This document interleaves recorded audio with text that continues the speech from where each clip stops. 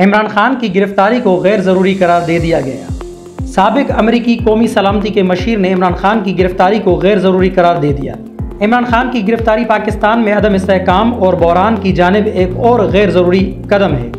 पाकिस्तान के अवाम को मुसलसल हंगामा आराई से कोई फ़ायदा नहीं होगा। इस सूरत हाल में चीन और दीगर दहशतगर्द फ़ायदा उठाएंगे। John Bolton. साबिक अमरीकी कौमी सलामती के machine John Bolton chairman PTI और साबिक वज़ीर आज़म इमरान खान की गिरफ्तारी के खिलाफ बोल पड़े। जॉन बोल्टन ने समाजी राब्ते की वेबसाइट ट्विटर पर ट्वीट करते हुए कहा कि साबिक वज़ीर आज़म इमरान खान की गिरफ्तारी पाकिस्तान में अदम इस्तेहकाम और बहरान की जानिब एक और गैर ज़रूरी कदम है। उन्होंने कहा कि पाकिस्तान के अवाम को मुसलसल हंगामा आराई से कोई फ़ायदा नहीं होगा। इसके बजाय चीन और दीगर दहशतगर्द इस बदअमनी से फ़ायदा उठाएंगे और पाकिस्तान की खुदमुख्तारी, हुकूमत और मईशत को नुकसान पहुँचाएंगे।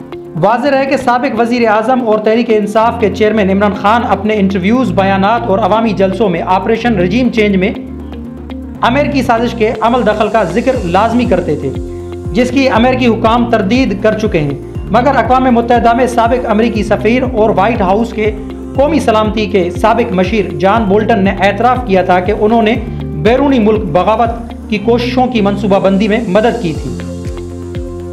बोल्टन ने अमेरिकी नशरियाती इदारे CNN से इंटरव्यू में कहा कि ट्रंप में वो सलाहियत ही नहीं थी कि वो एक बेहतरीन मनसूबाबंदी वाली बगावत को अंजाम दे सकें। बाद बोल्टन का कहना था कि एक ऐसे शख्स की हैसियत से जिसने अमेरिका में नहीं मगर दीगर ममालिक में बगावत करवाने में मदद की है, मैं ये कह सकता हूँ कि इस काम में बहुत मेहनत लगती है और ट्रंप ने ये काम नहीं किया। CNN ने बोल्टन से पूछा कि वो किन कोशिशों का जिक्र कर रहे हैं। बोल्टन ने सिर्फ वेनेज़ुएला का जिक्र किया, ताहम दीगर मुल्कों और तफसीलात बताने से इनकार कर दिया। उन्होंने कहा कि मैं तफसीलात में नहीं जा रहा, ताहम हमारी ये कोशिशें कामयाब नहीं हुई। मैंने देखा कि अपोजिशन को एक गैर कानूनी तौर पर मुंतखब सदर को हटाने के लिए क्या कुछ करना पड़ता है और वो नाकाम रहे।